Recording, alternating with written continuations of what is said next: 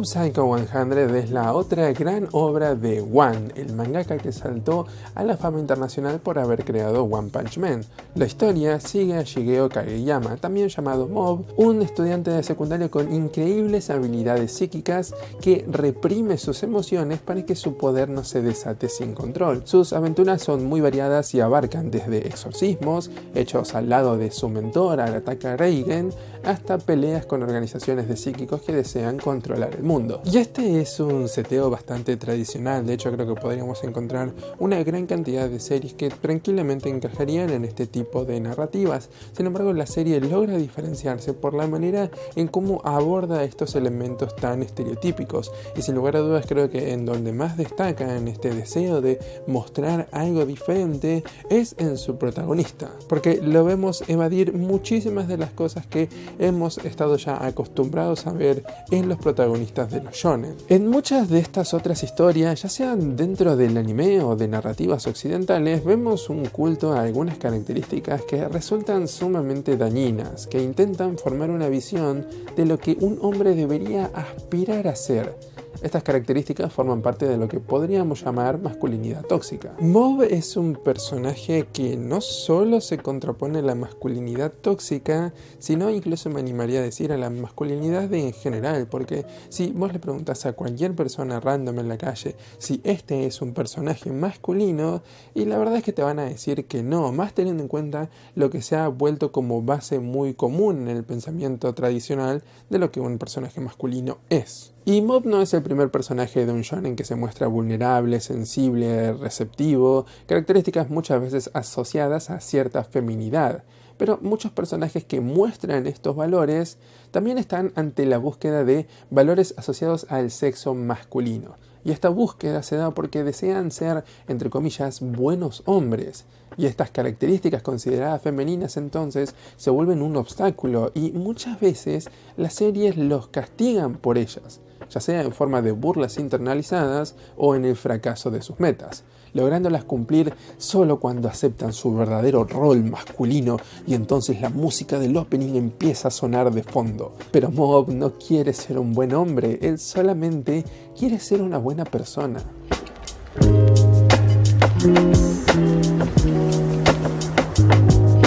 Y dos de los elementos que vemos muy popularizados también en este tipo de relatos que se pretenden apuntar a un público masculino son la normalización de la violencia y la búsqueda constante del poder. El poder se vuelve la herramienta por la cual nuestros personajes logran alcanzar sus objetivos y en cierta extensión la felicidad. Si ellos no tienen poder, no pueden ser felices. Y cuando digo poder me refiero a cualquier tipo de poder, ya sea físico, psicológico o hasta incluso social.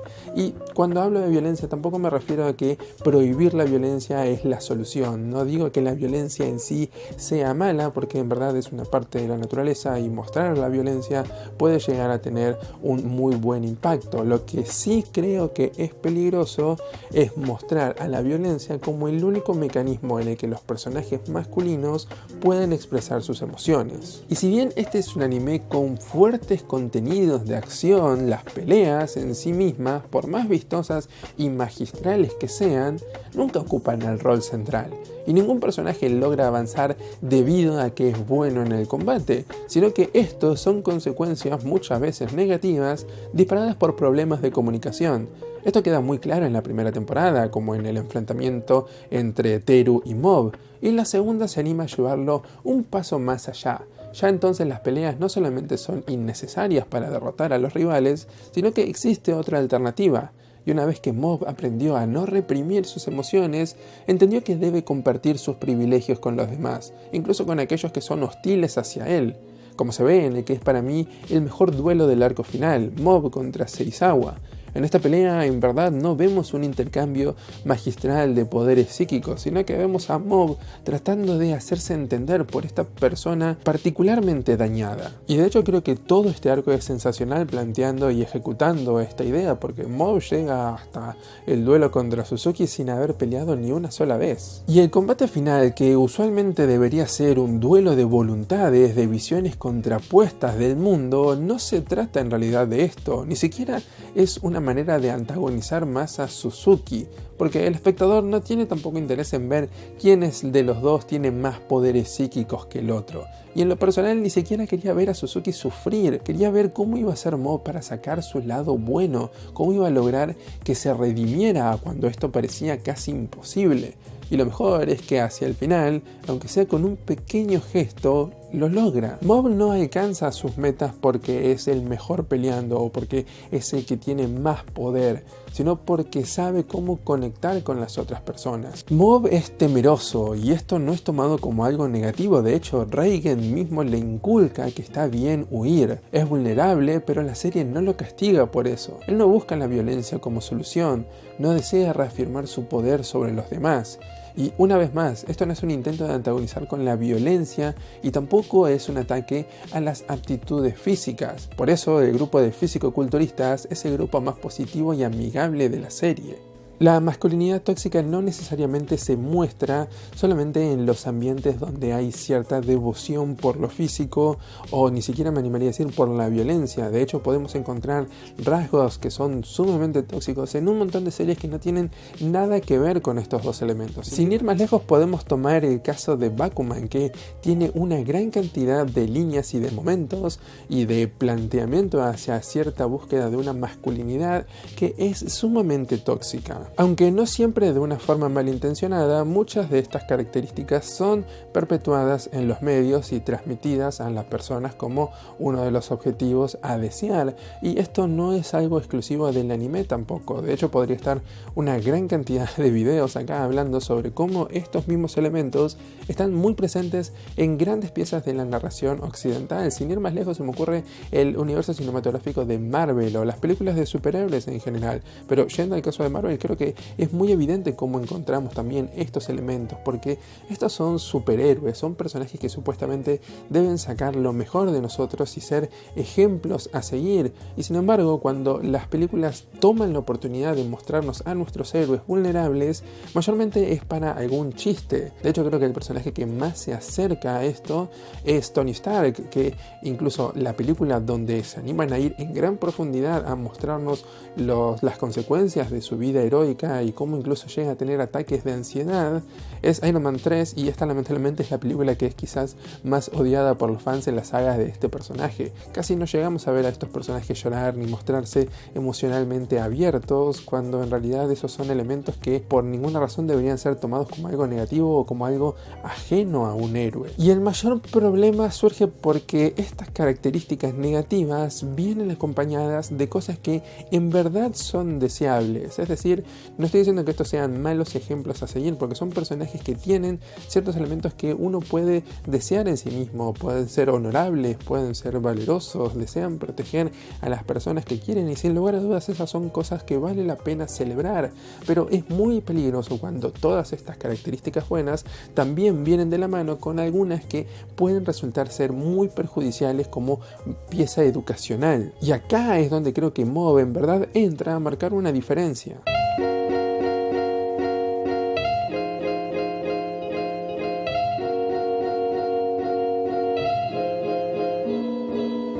Ahora, entonces, si existe una masculinidad tóxica, ¿eso significa que lo que Mob representa es una masculinidad positiva?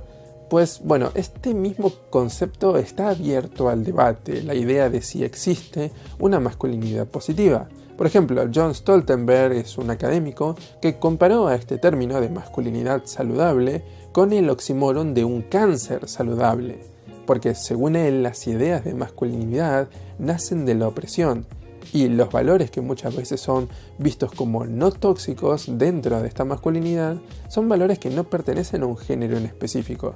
El valor, el honor, la integridad, la generosidad, la ambición son bienes humanos y el sexo masculino no puede reclamarlos como parte de su identidad. La religión, de hecho, irónicamente opera de esta misma manera, haciendo que valores como el respeto, la humildad y los deseos de proteger a los demás estén muy arraigados a su doctrina, casi de manera inseparable, por lo que dicen que si no seguís nuestra doctrina, perdés estos valores, lo cual es totalmente falso. Sin embargo, la masculinidad tóxica hace lo mismo, diciendo que no podés ser un hombre honorable, no podés ser un hombre valeroso si tampoco lo acompañás con todas estas cosas y si no estás dentro de nosotros. Este es una especie de mecanismo de defensa para tratar de no mostrarse tan negativos. Ahora, con esto no digo que es necesario abolir el concepto de masculinidad. Este es un tema sobre el cual no tengo una opinión definitiva, es decir, a veces me pongo a pensar que sería lo ideal, pero al mismo tiempo entiendo que puede ayudar a mucha gente que está tratando de insertarse dentro de este género cuando se dan cuenta de que ese es el género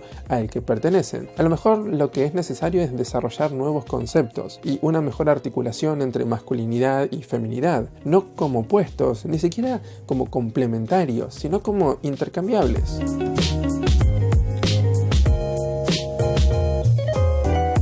Pero al final de cuentas, ¿en verdad importa todo esto? ¿No estamos hablando de una simple serie de dibujos animados? Y la verdad es que si opinás esto, estás tomando muy a la ligera el impacto que las series y las narraciones pueden tener en nuestras vidas personales. Brian Boyd, experto en literatura rusa, dice que las historias son claves para refinar un comportamiento antes de aplicarlo a la vida real. A través de estos relatos nosotros nos preparamos para enfrentar situaciones en lo cotidiano.